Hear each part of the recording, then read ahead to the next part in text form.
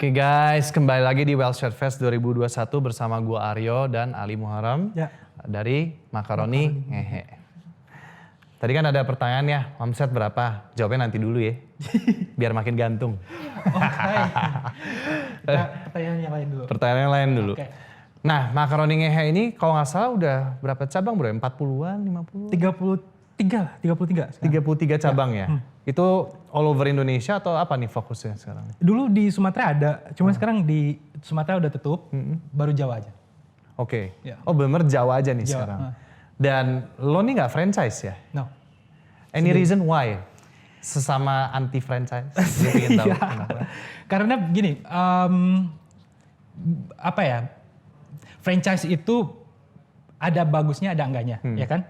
Cuman gue ngelihat belajar dari brand-brand yang terdahulu yang di franchise kan, itu mereka eksistensinya itu melejitnya cepat, tapi tiba-tiba redup gitu kan. Itu gue membandingkan bukan hanya satu brand tapi 2-3 gitu kan, banyak banget.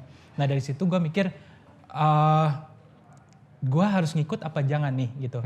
Dan juga gue pengen ngetes sejauh mana sih gue sanggup mengelola ini sendiri tanpa di-franchise-kan gitu. Dan alasan lainnya adalah gue ingin menjaga kualitas dari produk gue sendiri dan juga simplicity dari usaha yang gue jalanin gitu. Karena kecenderungan untuk membuka franchise adalah ada downgrading quality. Itu dari segi quality service, makanannya dan juga brandingnya gitu. Karena kadang pengelolaannya itu nggak begitu bisa mendetail ya, dan ada juga owners sisi pemilik franchising-nya yang mungkin kurang bisa diajak kerjasama gitu kayak gitu. Jadi gue ngelihat banyak banget faktor yang bisa menghambat perjalanan usaha gue gitu aja. Oke. Nah penasaran juga, ini kan lo nggak franchise, udah ada sekitar 30-an lokasi. Ada penyokong bro, dana? Enggak, gue sendiri. Bener sendiri? Total jadi sendiri. ini semua perputaran dari cash flow bisnisnya sendiri ya? Yes. Dan gak ada pinjam dari bank. Kenapa gak mau? Gak dikasih. Itu gak dikasih? Kalau penyokong dana? Kenapa? Kalau penyokong dana? Lo emang males nyari? Atau? Sekarang sih udah enggak ya. Kalau dulu awal-awal gue sempat mengajukan ke sebuah bank gitu, dan gue nggak punya yang bisa gue jaminkan gitu, dan itu kayak kesulitan banget. Tapi pada akhirnya udah gue jalan sendiri aja gitu. Dan kalaupun sekarang mungkin ya alhamdulillah kita udah bisa running sendiri. Jadi we are good sih. Oke. Gitu. Tapi ya menarik ya, maksudnya kan semua orang kan kalau bikin bisnis tuh biasanya tuh mindsetnya adalah ya bikin kopi lah, bikin F&B atau apa. Dan gue perhatiin tuh agak lumayan jarang ya snacking kayak gini ya pemainnya yang actually bisa out there gitu. Ya. Karena mostly makanan berat kan biasanya ya, atau enggak ya kopi gitu kan. Cuman kalau untuk kebetulan gue menjalankan usaha Makaroni Ngehe ini, segmennya itu kayak belum ada gitu. Ya mungkin kalau misalnya produk impor, bukan produk impor ya, apa ya, yang bukan brand lokal kayak Shilin dan sebagainya, itu snacking juga, tapi lebih ke jenis yang makanannya berat gitu. Lah kalau kayak makaroni ini belum ada sih.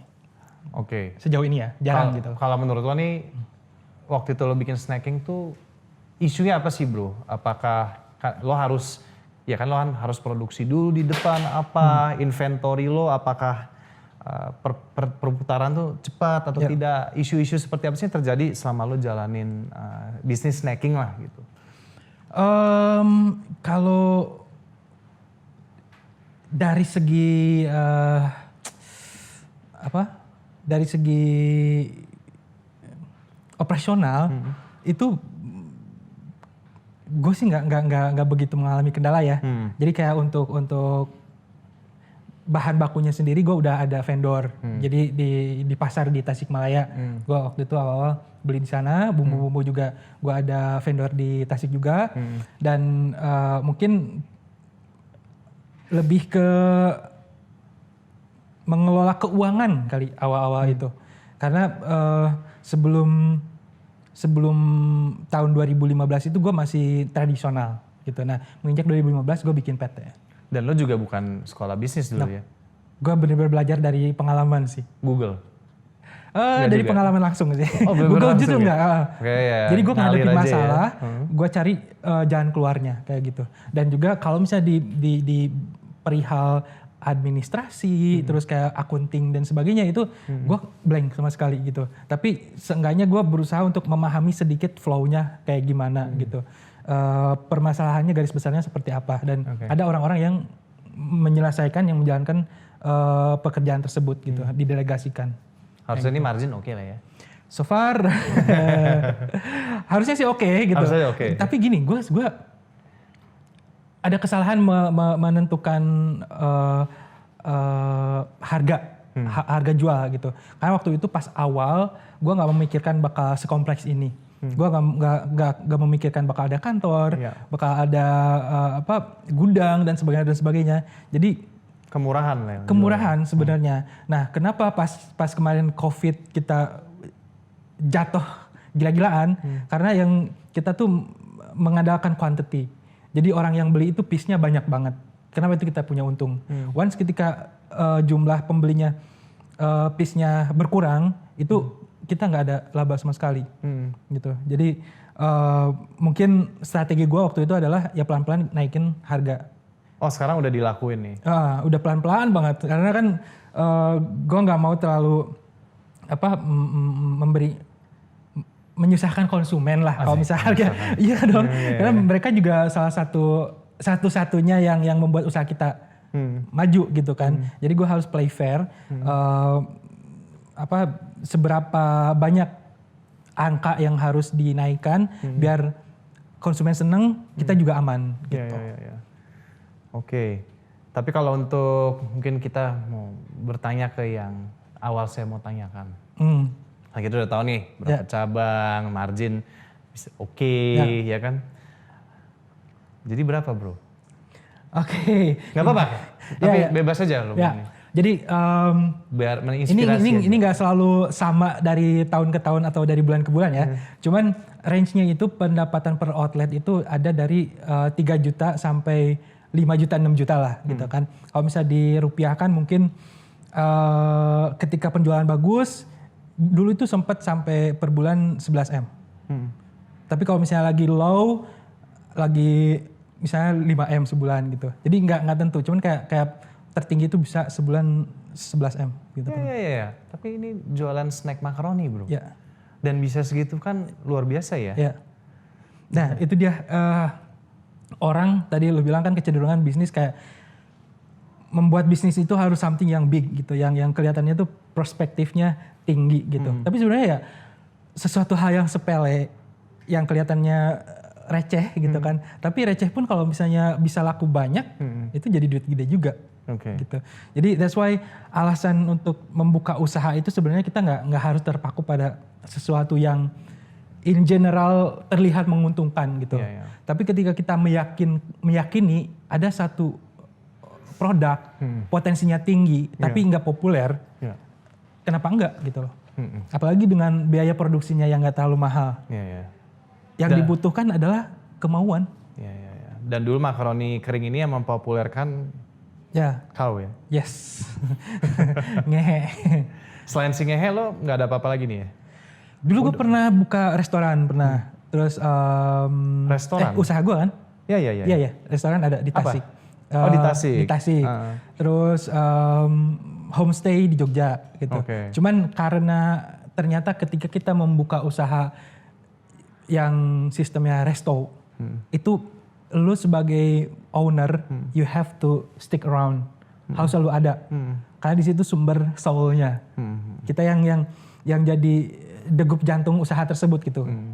Kalau misalnya dikerjakan remote itu nggak bakal jalan, susah. Kecuali kalau restorannya yang udah sistemnya udah kayak fast food, kayak udah sistemnya udah baik banget, itu bisa ditinggal. Tapi kalau misalnya kita mulai dari nol, kita harus stick around. True. Nah kalau untuk dulu lo mungkin buat teman-teman nih, kan gue bisa bayangin waktu lo pertama kali buka di Jatinangor nih, lo kan mulainya gerobak satu, lo masih jualan, dan mungkin pada saat itu lo juga gak kebayang kali ya lo punya omset seperti sekarang ini gitu kan. Nggak kebayang. Nggak kebayang kan. Nah along the way, what kept you going sih waktu itu untuk kayak ya udah gue jalanin aja terus tuh apa sih yang lo rasakan waktu itu? Gue di pikiran gue saat itu kesulitan yang gue jalanin pada saat itu yang bakal jadi yang ngebuka jalan gue ke masa depan yang gue inginkan gitu. Dan meskipun kelihatannya susah gitu kayak yang beli cuma 20.000, cuma 50.000, 100.000 omset sehari waktu itu. Cuman apa ya, gue ngelihat dari reaksi orang yang beli waktu itu mereka suka dengan produk yang gue jual dan mereka ada balik lagi beli gitu. Itu sebuah indikasi berarti produk gue bisa diterima. Cuman hanya karena sekupannya itu jalur pedestrian aja, mahasiswa yang ada di situ-situ doang gitu. Dan gue berpikir kalau misalnya nanti gue jualan di Jakarta, ini dengan segmen pasar yang lebih luas, ya pasti bisa berkembang gitu. Dan juga yang gue yakinin saat itu adalah ya makanan yang gue jual ini enak gitu. Gue percaya banget dengan itu. Dan itu yang bikin gue keep on going. Oke. Tapi waktu itu muluk-muluk gak sih kayak gue nanti tahun depan mau buka sekian biji, sekian outlet? No, sama sekali. Gue tuh dulu cuman sebenarnya ya ketika gue akan membuka makaroni di Jakarta awalnya juga mau gerobak loh. Mau gerobak kayak di Jatinangor. Kalau di Jakarta tuh berarti lokasi keberapa waktu itu hitungannya ya? Itu pertama di Jakarta yang di Binus itu. Oh bukan, maksudnya dulu Jatinangor 1. Gerobak. Terus habis itu kedua langsung Jakarta apa sebelumnya ada lagi tuh? Enggak, di Jakarta itu yang pertama bentuk outlet. Oke. Nah, bukan gerobak. Nah tadinya awalnya itu gue punya 10 gerobak aja udah cukup gitu. Gue udah ngitung pendapatan gerobak 1 bulan itu let's say 30 juta. Gue bisa dapat keuntungan 10 juta. Operasional 20 juta dengan gaji karyawan. 10 juta gue kali misalnya berapa gerobak tadi gue bilang? 10 gerobak ya? Let's say 10 gerobak lah. Sebulan gue udah dapat 100 juta. 100 juta gue cukup untuk tapi ini kalau gerobak ya? Ya, kalau gerobak. Itu cita-cita awalnya gitu kan. Tapi Tuhan ngasih jalan lain gitu. Gue nemuin tempat yang bisa gue sewa bulanan. Waktu itu gue bayar 800.000 apa 1 juta gitu. Sebulan ya? Ya. Okay. Dan waktu itu gue sama sekali gak ada modal. Akhirnya gue pinjem ke teman baik gue. Pinjem 20 juta waktu itu. Dan dari situ kenapa dia mau ngasih ke gue uang yang sangat besar gitu kan. Karena gue berhasil meyakinkan dia bahwa gue akan bertanggung jawab dengan uang yang gue pinjam ini. Gimana pun caranya, kalaupun usaha gue gak jalan, gue pasti akan balikin. Kasarnya kalaupun gue gak bisa balikin pakai uang, gue bakal balikin pakai jasa. Gue jadi pembantunya dia selama 2 tahun, 3 tahun gak dibayar, it's okay. You actually did that? Ya, gue bertekad seperti itu. Gue bilang seperti kalau itu. tidak bisa bayar balik ya? Yes. Karena that's the moment gitu loh. Gue udah nggak bisa melepaskan momen itu kayak titik balik hidup gue di situ gitu. Gue harus all out, gue harus mengerahkan segala kemampuan gue untuk bisa menciptakan momen tersebut gitu, mewujudkannya gitu. Oke. That's good. Nah sekarang nih, lo kan udah ada 30 sekian. What's next nih buat lo dan Makaroni Ngehe? Yang pasti sih gue pengen si Makaroni Ngehe ini sustainable.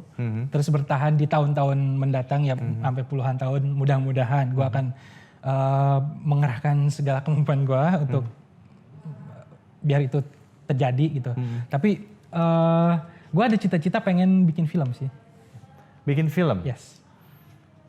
Ada plan soon? Maybe in 3 years.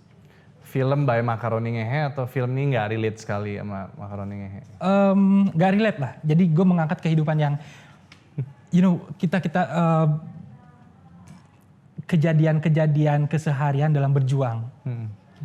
Yang banyak yang kita terlewatkan gitu. Cerita-cerita orang gitu. Ya istilahnya gue pengen ngasih suntikan semangat kepada mereka yang lagi berjuang, memperjuangkan mimpi, bahwa akan selalu ada jalan kalau kita punya semangat. Ya intinya film-film yang bisa menginspirasi. Itu cita-cita ya, pengennya kayak gitu sih. next in 3 years lah. Oke. Tapi lo dulu, lo punya role model gak sih? Gue penasaran aja. Role model, jujur ya, gue kalau secara fanatik itu nggak ada. Tapi gue mendapatkan banyak pelajaran dari Bob Sadino almarhum. Dari cara beliau menjalankan usahanya, terus wisdomnya gitu. Itu menurut gue real banget gitu dan sangat relevan dengan kehidupan keseharian gitu. Yang pernah gue baca kutipannya, bisnis yang sukses itu bisnis yang dijalankan gitu. Yang dijalankan? Ya. Yang tidak dijalankan apa dong? Ya nggak bakal berhasil. Bukan bisnis ya? Mati. karena nggak ketahuan gitu kan. Istilahnya gini, ketika lu pengen mempunyai usaha, kan banyak yang mengandai-andai gitu. Berhasil apa enggak ya gitu. Ya gimana kita ketahuan itu berhasil atau enggak kalau kita enggak ngejalaninnya gitu sih. Jadi yang selama ini role model Bob Sadino. Oke. Seperti biasa gue selalu menanyakan sebuah nasihat dari narasumber kita untuk teman-teman kita di rumah. Tapi jangan yang pasaran bro ya. Lo punya nggak nasihat buat mereka nih? Ini yang dijadikan guidance pribadi ya. Jadi gini, ketika kita nggak punya duit, itu kita pusing ya. Benar nggak? Iyalah pastilah. Ketika kita mau memulai usaha, mencari ide bisnis itu juga pusing, gitu kan. Nah, daripada kita pusing yang nggak menghasilkan, pusing kita nggak ngapa-ngapain gitu. Gue lebih memilih pusing karena memikirkan ini gue mau usaha apa, dan pusing memikirkan gimana caranya mempertahankan usaha yang gue jalanin gitu. Karena pusing yang pertama itu sama sekali nggak menghasilkan apa-apa. Pusing yang kedua itu lu ada chance 50% bisa menghasilkan sesuatu. Itu sih. Oke. Jadi intinya adalah kalau bisa pusingnya pusing yang produktif. Betul, gitu kan. benar. Pusing memikirkan usaha gitu. Daripada pusing nggak punya duit, benar nggak? Betul, gitu. betul sekali bro. Itu aja sih dari gua. Mudah-mudahan bermanfaat. Thank you bro. Jadi itu guys, kalau kalian lagi pusing sekarang, kalau kalian nggak ngapa-ngapain kan pusingnya nggak enak. Coba kalian korek-korek berita, cerita-cerita seperti tadi Ali dan teman-teman kita lainnya di Website Fest. Siapa tahu kalian bisa mendapatkan inspirasi baru dan kalian takut untuk memulai, lo nggak akan tahu sebelum lo memulai. Kata Tokopedia apa ya? Mulai aja dulu. Iya gitu. Oke, kalau gitu Bro Ali, thank you banget udah di sini dan sharing buat teman-teman. Oke, kalau gitu guys, kita sudahi sesi hari ini dengan Ali dari Macaroni Ngehe.